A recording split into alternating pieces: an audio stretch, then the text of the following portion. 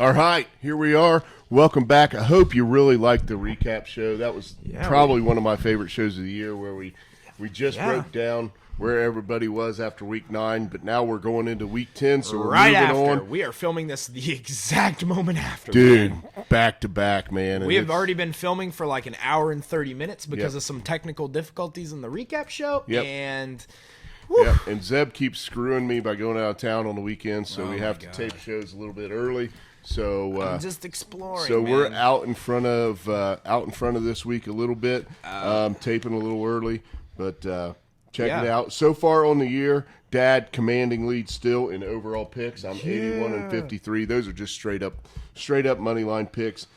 Zeb 79 and 55. So actually, it's a pretty tight race. But the big three, Zeb goes 4-0 last week. So. Nice week. Hopefully you picked up on some of those takes, man, and fattened the wallet a little bit. So, looking at this spread for this Thursday night game, I just popped up the spreads because I didn't look at them pregame, just because it's been a mess today. But man, that Panthers game looked pretty enticing. I kind of wish I would have bet it, but either way, I would have loved to taken the under. Yeah, it was at like 38 at game time. Oh yeah. So, and both those offenses pretty smelly. Either way, we can get. We don't have a Thursday night game going to recap because it's going on right now. Yeah, actually, as we tape, it is going on, so we can start with the rundown. Mm-hmm.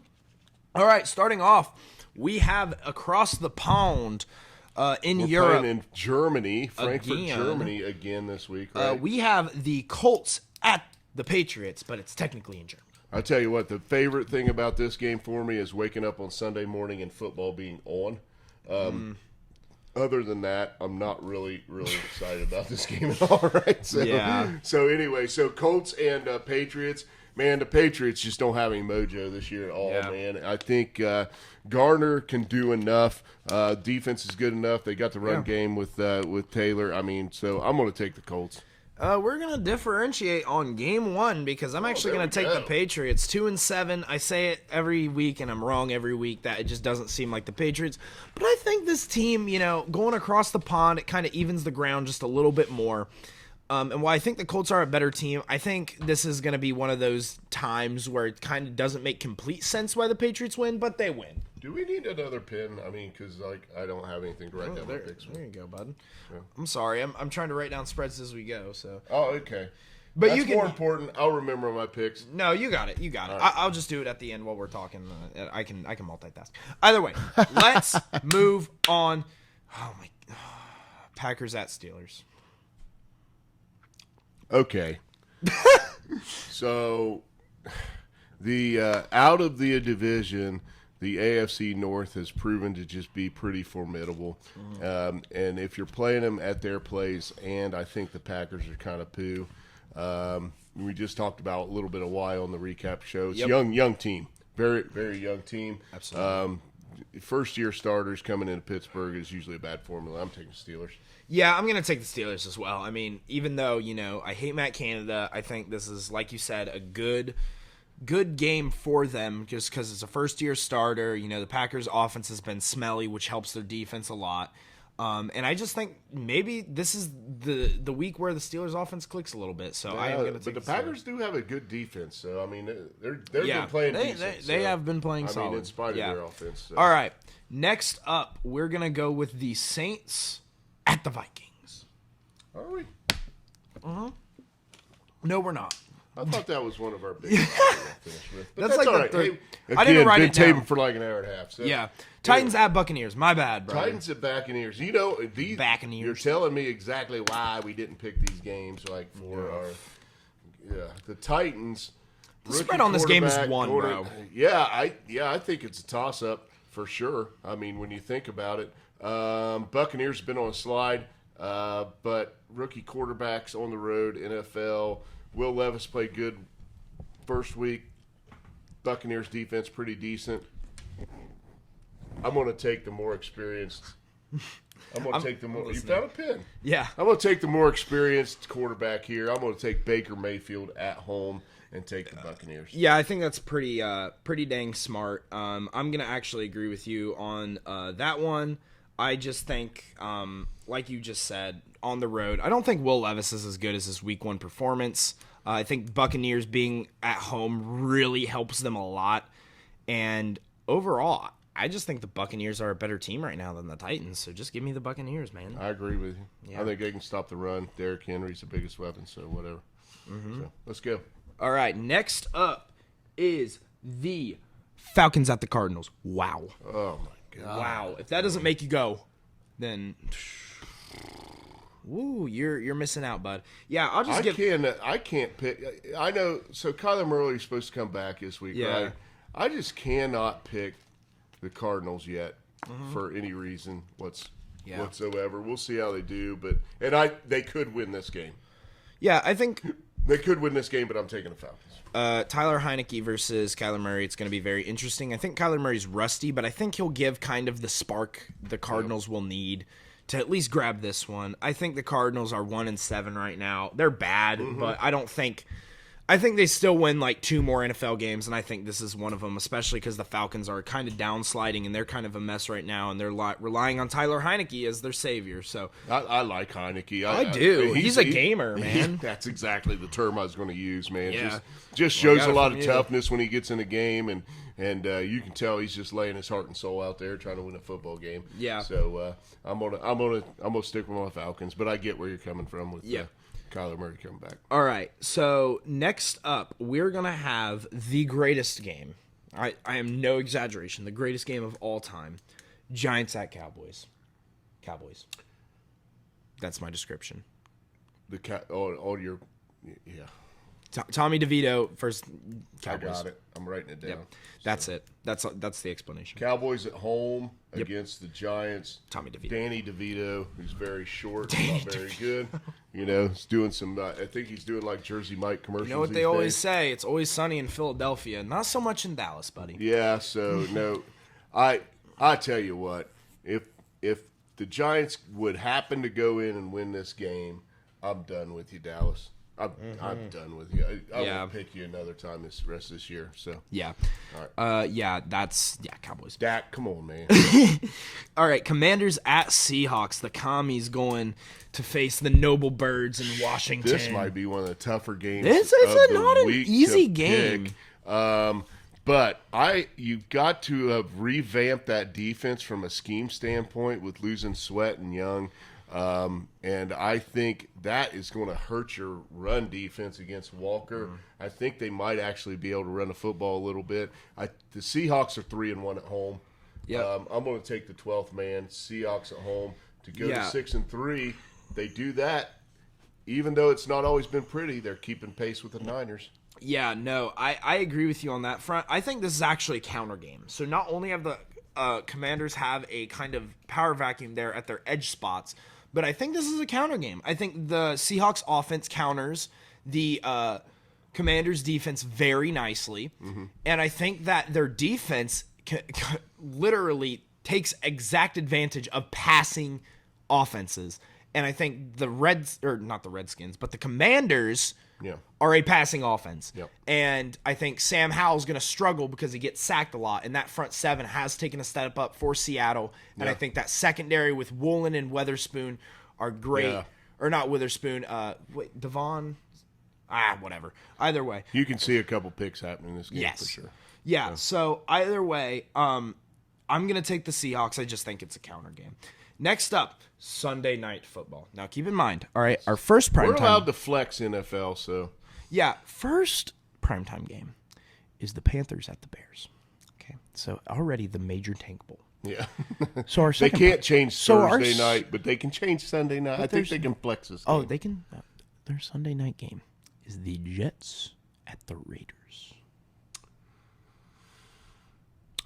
I'm going to keep the momentum going. I think the Raiders keep the momentum going. I'm just going to say my pick. Getting on it. Okay. I'm going to say the Raiders keep it going. I think they have a better roster than the Jets. I think Zach Wilson's not the answer. I think they are basically a team waiting for Aaron Rodgers to come back.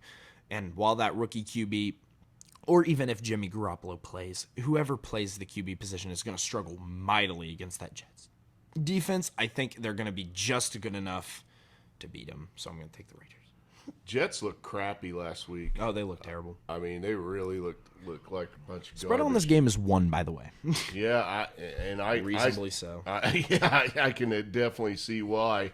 I think the only way the Jets win this game is if they get like 3 takeaways and give Zach Wilson some field position. I think they could do that, but I think Garoppolo's going to be just savvy enough. I'm going to go with you. I'm going to take the Raiders at home to take care of the Jets. So the Jets go to 4-5, and that could really hurt them in that division. Yeah. Even with Rodgers coming back, is falling another step behind the Bills and the Dolphins. So now, boys, we get to this game. Now, this is our final primetime game of the week. We have the Broncos at the Bills. Give me the Bills.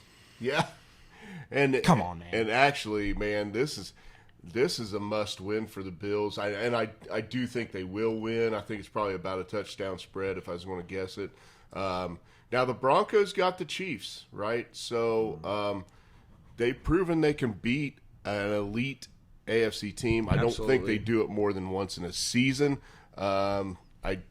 I've said it all along. I don't like this team. I don't like the organization right now. I don't like Sean Payton at the helm. But the Bills, you got to win this game. You can't go to 5-5 here. I think that would be disastrous for you guys, and I think they will. I think they'll step up at home. I think they will actually kind of light up the Broncos this week. So I'm going to take the Bills, and I'd probably take them to cover. I like that. Either way, so that's basically it for the games. I mean, now we can get into our big 5. We're going to start out with Lions at Chargers. So Lions coming off a bye week. The Chargers coming off an ugly Monday night performance. What you got here? Oof. So we were doing the power rankings. You had the Lions in at number 5, right? Yep. So I'm going to assume you're probably going that way. Are they coming off a bye? Yeah, they're coming off a bye. Okay, I really like the Lions coming off a bye here. They got to get some offensive mojo going in this game though to win. So like Goff, I like how they're integrating Gibbs more and more into the offense. Is David Montgomery happen to be coming back? Day to day, man. That would be huge if he was. Yep. So, and they were a little banged up in the receiver room too. I think Amon St. Brown was struggling a little bit before the bye. So him being healthy will be a big deal. And as well as, getting some rest on the defensive side of the football. The defense isn't bad if they can get pressure on the quarterback. So if they can't and Herbert's at home, I don't know, man. What do you think about this one? Yeah, this was a game that I was, going over like the picks just on this list. I was on the Chargers. I was like, I'm thinking the Chargers are going to pull up randomly. I feel like I'm sitting here and picking the Lions, but I'm on the Chargers. Yeah, but here's what I think is the deciding factor in this game. Monday Night Football. I think that's what defines this game right here. And that the short week versus the bye, I can't justifiably choose the Chargers after, an ugly Monday night performance on a short week while the Lions have gotten plenty of time to prepare. And plus, that's a good point. And Brandon Staley, I'm sorry to say it, but he's not going to be able to use the short week to outcoach somebody who's had 2 weeks in the NFL. And I just can't see it. I'm going to go with the Lions on this game. And I originally wanted to go with the Chargers, but I have changed my pick literally as soon as I realized that they played an ugly Monday Night Football game, and that short week's going to really impact them. Yeah, that's a great factor. Makes me feel a little bit about that pick because I was on the fence too. Yeah. All right. I mean, number 4 here, Saints at Vikings. 2 interesting storylines here. We have Are both these teams 5-4 right now? Yes. So the Saints are leading their division. They're kind of on the upswing. They've kind of gotten into a new mode since Alvin Kamara has come back. They've inserted Taysom Hill within the last couple weeks, and he is balled out. And then the Vikings, have kind of were supposedly going to do the opposite. They were going to fall. They had lost their top 10 quarterback in Kirk Cousins, made a great trade for Joshua Dobbs, and Dobbs kind of came in. They didn't have him as the starter, and I was confused by that, but then he came in as the starter and showed, like, why were you starting Jaron Hall over him, dude? Right. Like, it's clear that this guy is I think it's just because he got there that week, and they probably truly thought this guy's at least been in the film room and knows this offense and knows what we're trying to put together from a game plan standpoint. I tell you what, I really like this Vikings locker room, man. They come out with Kirk Cousins T-shirts on. Absolutely. I mean, just kind of had some unity to them. I mean, showing some, in the NFL, you got to play through adversity and show that you can win games. If you're a good team, you got to win games when things aren't going your way and when you get bit by the injury bug, and it couldn't have been a more crucial injury on that team. Justin Jefferson first this year, and then you get Kirk Cousins. Now, I don't know if Jefferson's going to be back, but he is eligible to come back, so he's going to be coming off the IR. I think that's a big deal, but I don't think he's awesome right out of the gate, especially with a new quarterback. Absolutely. I like the way the Saints have been playing the last few weeks. You mentioned Taysom Hill. He has become a integral part of this offense, and they plan around it. They've got a package, probably the best thing that Dennis Allen has ever done in his coaching career. Maybe the only good thing. And that defense is pretty good. So, you know what? I'm going to take the Saints and Derek Carr in this game.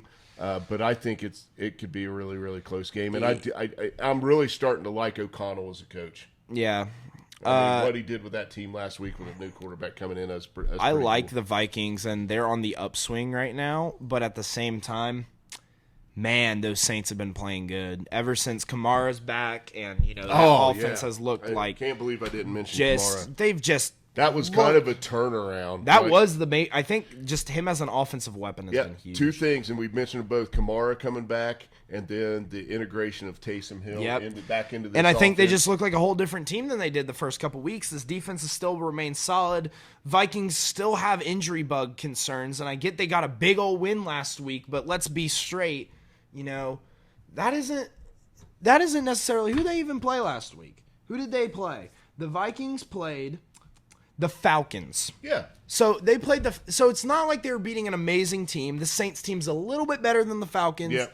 I think this is going to be a game where they lose. Maybe it's close, maybe it's not. I don't know, but I'm pretty confident in the Saints' ability to win this game. I'm going to go with Saints win this game. They start separating themselves in that division a little Amen. bit too, man, and solidifying that playoff spot. Yep. So So we're on the same page. Are we going to disagree on any of these top five? Maybe. We shall see. Number 3. Bengals hosting the Texans at the 3 slot. Interesting game. Very interesting. Because I think this defense is going to get tested a little bit. And the way Stroud's playing, he's got a lot of momentum after coming down and winning that game. Don't forget, the Texans had a big win against an AFC North team. They did beat the Steelers. They beat the crap out of the Steelers. It was like 30-6, right? Absolutely. So it's like Stroud doesn't turn the ball over, which keeps them in games. The Bengals need to turn this guy over, and it's been a couple weeks where Burrow looks like he's in control. He's got to keep that going too. So I'm nervous that the Bengals may be overconfident coming into this game. That would be a valid concern. Like we're back. We're on a roll. We got our swagger, and maybe a little less prepared than they have been the last couple of weeks. So I'm nervous, very nervous. Give the ball to Joe Mixon. Yeah. Control the line of scrimmage. Play solid defense, bend but don't break. Man, if you can get a turnover or two in this game, that'd be great. I'm going to take the Bengals at home. Just because they're on a roll. I think that's a safe pick. I feel like they're just kind of rolling right now. Dude, it kind of sucks because if the Bengals were at like a spread of 3, I would be like all over that spread as one of my locks. But this is at 6.5, which just makes it just that. But I feel like Vegas knows something. 6.5. I feel like Vegas knows something that I know. And the truth is that I think this is another one of those counter teams. I think even if the Bengals offense were to underperform, I think the way the Bengals are built, they are built for a quarterback like Stroud. They are built to kind of counteract that guy. And I think that secondary is might be the best that Stroud has played to date. It's a really, really good defense. And I think that's going to be what the problem is that overall the Bengals are just a more well-rounded team than the Texans. And I think that's what's going to be the deciding factor in this game is just like the guys that step up are going to be guys, that are going to just be better than the other guys on the Texans team, man. And I just think the Bengals have a good thing going. I think they're going to remain hot for this week, and I think they're going to get a big win over the Texans. So I think I'm going to go with the Bengals in my 3 slot, and I almost want to bet them, but that spread is just too big. So it's just under a touchdown. Yeah, it's tempting. Oh, it is tempting. Yeah, but either way, we can move on to 2 here. So 2 is it's a humongous game. If there wasn't a big rivalry game to decide the standings in the division of another game, then this would be one. But this is Jacksonville is hosting the off the bye 49ers, who are backsliding. Their 3 games lost coming in straight. And the Jaguars are 5-game win streak, right? Yeah, man. So these are the tale of 2 teams right here. One is upturning and one is downturning. But I would say that these teams, the 49ers almost still look better than the Jaguars on the field. The Jaguars have not really convinced me that they are that team that is 6-2 right now. It's an interesting game for sure. If you watch the recap show from this week where we're kind of going through everybody and we did our Power 5 at the end, man, for me it came right down to these 2 teams in the 5th spot, and who wins this game is kind of solidifying themselves in the top 5. It's either Jacksonville saying we're for real, or it's the 49ers saying, hey, we're back, right? One of those 2 things. You good? Yeah, man, I'm thinking. I need you to go first. Oh, man. yeah, I got it. Man. I think that this 49ers defense with a week of rest, they're going to get a little bit healthier. I think they're going to be a little bit more consistent. And like I said, I don't think the Jags are that good. I think Brock Purdy has a bounce-back game, which he desperately needs. I think actually Christian McCaffrey also has a bounce-back game because he's been getting low on those yards per carry. Yeah. And I think this is one of those random Jaguars offense games where their offense kind of stalls out against a decent defense, and I just don't really like the Jaguars kind of at all in this game. I think obviously there's still a team that is capable of coming and winning at home against the 49ers, but I just can't see the 49ers coming off a bye, going to 4 straight losses with Shanahan. I just think this was a week that they've spent preparing for the Jaguars. They know what's coming, and I think they're going to be prepared. I'm going to take the 49ers. I think I'm going to take Sunshine in this one. I'm going to say I just think as a whole, the AFC is superior to the NFC this year. I would agree. 6-2 team, and you think they're kind of a fraud. They are in arguably the easiest division in the AFC and sitting at that 6-2. They just come off a win against Steelers, if I remember right, man. 20-10, pretty good win against the Steelers. So they've proven they can maybe manage the game, score enough points against a good defense. But that 49ers offense is stout when healthy. I said Sunshine, but I was lying. I'm taking the 49ers. We talked about them as one of our Super Bowl teams at the beginning of the year. I think Kyle Shanahan is one of the best in the business, and you give him 2 weeks to prepare. I'm taking. Yeah, we've said. By the way, Brock Purdy played great early in the season, and he struggled a little bit lately, but he's good enough with this roster around him. And I think this is going to be a tale of coaching and that stuff because, what I failed to mention here is, listen, Jaguars are on a bye too. You know that, right? The Jaguars are also coming off a bye. So now that might change your opinion. I didn't know if you knew that. I forgot to mention it.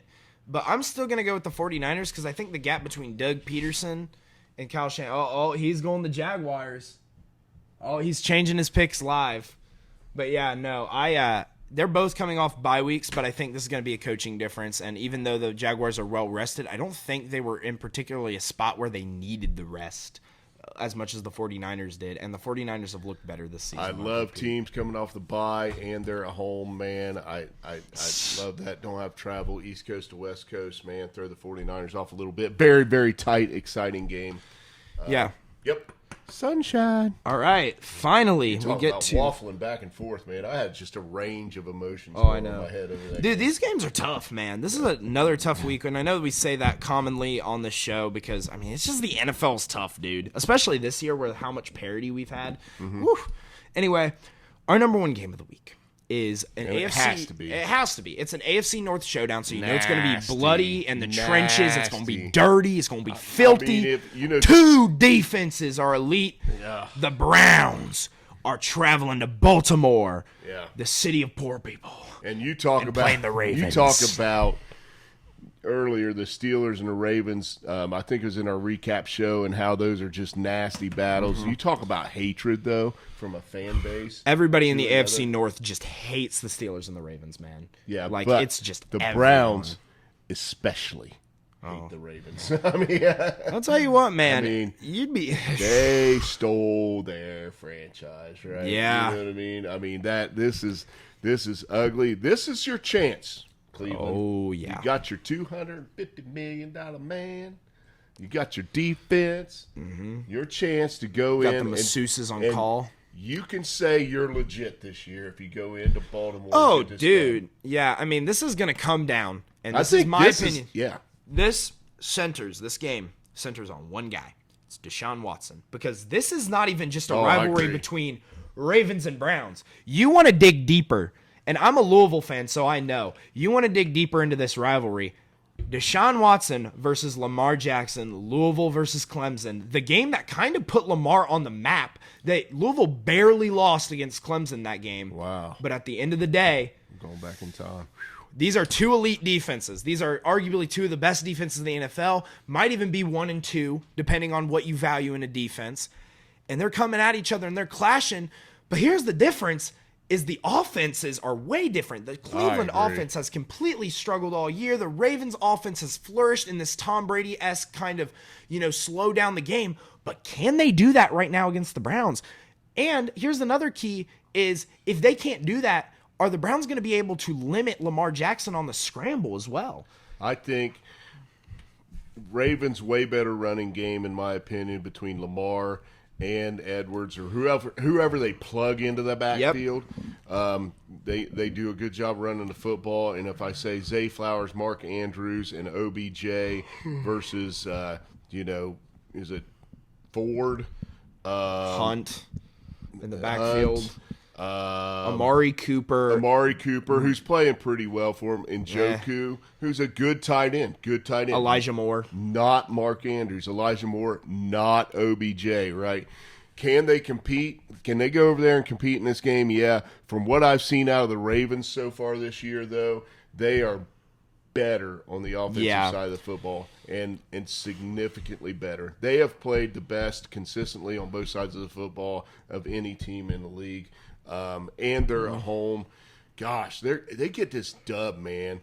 And then they're going to go into a bye week. These are two teams that struggled against the Colts, which is weird because that's weird. the Colts beat the Ravens and the Colts lost by 1 to the Browns. And What do you think that is?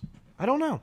Honestly, you know what I think that is? I think it's the difference between just the, scheming around Anthony Richardson, then him getting hurt, and then Gardner Minshew coming in and making that difference. And I think that against the Colts, the Browns, they shouldn't have won that game. I don't really know what happened there. Their defense kind of flubbed.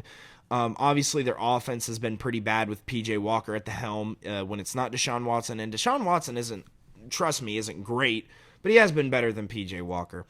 Either way, this game, on paper, it seems like the Ravens should win this game, right? Yeah, But I honestly, in my opinion, it's not as easy as it's on paper. Now, No. I'm going to take the Ravens, but I don't think this is the clear, obvious game everybody likes to, want to believe this is. I think this is, though, a game where that if Deshaun Watson looks like his old self, the Browns win. If Deshaun Watson looks like any mediocre of any kind, the Ravens will take advantage of that and they will win this ball game.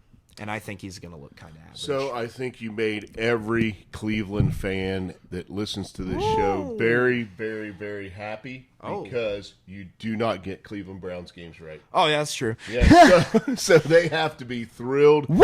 And because of that, I really, really, really want to take Cleveland, man. Gosh. I want to take Cleveland. I just can't, man. I can't. I think the do it. Ravens are playing as good as any team. Yeah. I have them actually above the Chiefs in my power rankings, but very, very, very close. Just because as an entire package, they have played better week in, week out than the Chiefs, in my opinion. I understand why you would take the Chiefs, but I'm taking the Ravens. Yeah, all right, there you go. I mean, there's not much more. We pretty much touched on everything. We can probably get straight into our locks and upsets. I mean, straight up. Yeah, yep. Why don't you fire away Lock, with the Cowboys. lock of the week? All right, Steeler. My guy. explanation for the Giants-Cowboys game earlier was literally Giants at Cowboys, Cowboys. That's what I said. That's it. I don't like taking locks that are huge spreads because that's the the point. easy way out. That's the but point. And this is kind of a bigger That's the spread. It's point. about a 7-point You've spread. lost 3 locks And of the week, I bro. feel like these guys have to win this game. So my lock of the week are the Bills at home. Okay, that's good. You're playing the Broncos. The Broncos now they just I don't take games with big spreads. The spread is 7. I said I don't like to take games with okay. bigger spreads. It's a bigger spread this Okay. week. There's a lot of tight spreads this week. Yeah.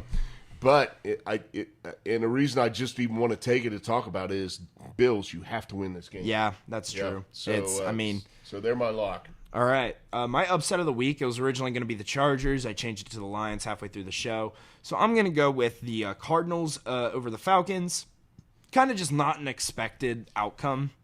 But you know what? I think that the Cardinals finally win another. And I've taken the Cardinals quite a bit. But it's just like they got to win another. Beat the Cowboys. I mean, yeah. And I even said on the show that the Cardinals this was a game where the Cowboys would lose, and I took the Cowboys, but at the end of the day, I think the Cardinals, with Kyler Murray coming back, he's going to be a little bit rusty. I just think there's something wrong with the Falcons, man, and if they... Listen, of course, this is going to be the week that the Falcons use Kyle Pitts and Drake London and Bijan Robinson, all their first-round picks on offense that they just don't use for some reason. But overall, if they don't use those guys, which they haven't been all season, then give me the Cardinals. I feel like you're going out on a limb a little bit on that one. But you got to find something to go out on a limb on. I'm going out on a big limb. Oh, jeez. Big, huge limb, taking Doug Peterson over Kyle Oh, that's not Shanahan that bad, coming off dude. a back-to-bye That's not week. that bad of an upset of the It's week. an upset. I think It is an upset. the Jags are getting 3 points. And if you'd have said at the beginning of the year that the Jags and the 49ers were playing, I mean, after the first 5 weeks, you'd have been like, 49ers are going to kick I their unplugged my mic. Don't worry. You'd have said the 49ers are going to kick their butt, right? But Jags are on a roll. You mentioned they were coming off a bye too, which made me do the big cross out and change. Had to find an upset of the week. I really, really, really think the Jags can do this game. And if they win this game, it says Jaguars are legit. All right. Sounds good to me. All right. We're going to get into these picks now. I've been looking at these. 3. Holy moly. This is a tough week. This week is tough, man. And I've been hitting and winning money. If I do a list of every game and I take what spread I would take. And I've been winning money every week except one. There was 1 week I didn't win money. So this week has been pretty tough. But you know what? I have a couple ones I'm confident with. First off, I'm going against him again. So last week, it was the whole Raiders-Giants debacle. This week, it's going to be the 49ers and the Jags. Give me the 49ers -3. I don't see them backsliding any further. I don't see the 49ers going on a 4-game losing streak with that roster, especially going off and when they needed to get healthy. I think a healthy 49ers team better than a healthy Jaguars team. So it's coincidentally both of them coming off a bye week. Both have had time to prepare. And I think at the end of the day, one coach is a little bit better. So I'm going to go with that. I can easily see why you would take the Niners in this game. The reason I didn't like it, and I don't like it, is Brock Purdy's starting to play like where he was picked the last few weeks. Yeah. So That's true. Going on the road, if he rights the ship and gets back to week 1 through 5, Brock Purdy, and they're able to run the football, and he's able to manage the game and not turn the ball over. Yeah, I'll take the Niners. But all right, this one's. I'm gonna save the big surprise for the end, so I'm gonna wait on these. I'm gonna give you 4 picks today because because you felt good about your 4-0 last week. No, because I have a really big We're surprise start pick. calling it the big 4. No, I have a big surprise pick. Okay, all right. I'm gonna go Saints -3 with my second one. I think I'm just pretty confident in the way that they're playing. I know that Josh Dobbs, they kind of got a big win over that Falcons team. Dobbs has been a solid QB, and I don't know how good Kevin O'Connell's going to scheme coming up this week, but I'm really confident in the way the Saints are turning, so I'm going to take this one. It might be a little bit more risky of a lock, but you know what? I'm pretty confident in the Saints. I agree with you. The Saints starting to get it together on the offensive side of the football a little bit, and the defense is pretty good. Yeah. And the Vikings are one hit away from a disaster if Dobbs goes out, right? Yeah. You know what I mean? So, and look, he came in and got it done last week. He's still learning that offense. That was against the Falcons, That's dude. still a tough hill to climb, so I can see where you're at with the Saints on that one. All right, so this is my third one, and call me a homer all you want, but the Steelers -3, first-year starter coming at Pittsburgh. Jordan Love struggled in the past couple games, and if you have a struggling QB and an offense that can't score, then the Steelers will absolutely take advantage of that. The Steelers only score when their offenses that they're playing kind of stumble and fall over themselves. Yeah, I'm pretty confident in the Steelers winning this game. And the Steelers are actually coming off a long week because they played on Thursday Night Football, so they got a couple extra days coming into that one. I like them too. First-year starter. It might be the exact same score as the last game too, like 20-16. Oh yeah, absolutely. Something like that might cover by one. But here is my surprise pick here. I can't wait to hear this because I have been picking spreads all year. Every single pick that I've picked is a spread. This week we're going an over-under because I'm taking the Steelers and Packers under at 39 points. Holy crap. It's low, but holy crap. The Steelers and Packers have putrid offenses this year. They're very, very bad. And you're going up against 2 solid defenses. I only see one problem with that. And that's if the Steelers get a defensive score or two. Dude. I guarantee you the Packers are scoring under 20. Yeah. I can guarantee you that. Yeah. The question is can the Pittsburgh Steelers, of course Matt Canada is going to be like, today's the day that I'm going to assemble a good offense and then score 30, and I'm just going to be like, oh, so now you choose to get over 400 yards.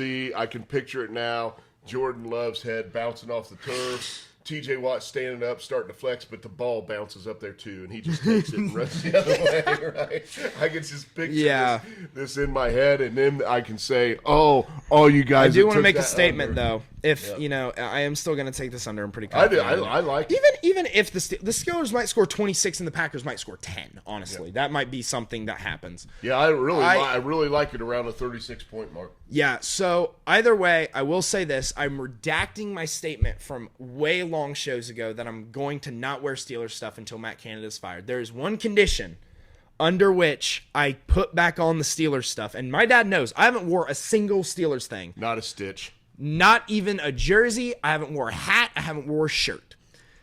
But if Matt Canada at any point in this season gets over 400 yards of offense in one game, oh God, because we're on a backslide of like 54 straight games where we haven't gotten it. If he does one game, that's all I'm asking, I will start to put the Steelers stuff back on. I still will say fire Matt Canada, but I've been missing putting on the Steelers stuff, especially when we're 5-3, even if it's crappy 5-3. TJ Watt deserves better, man. You might as well burn it.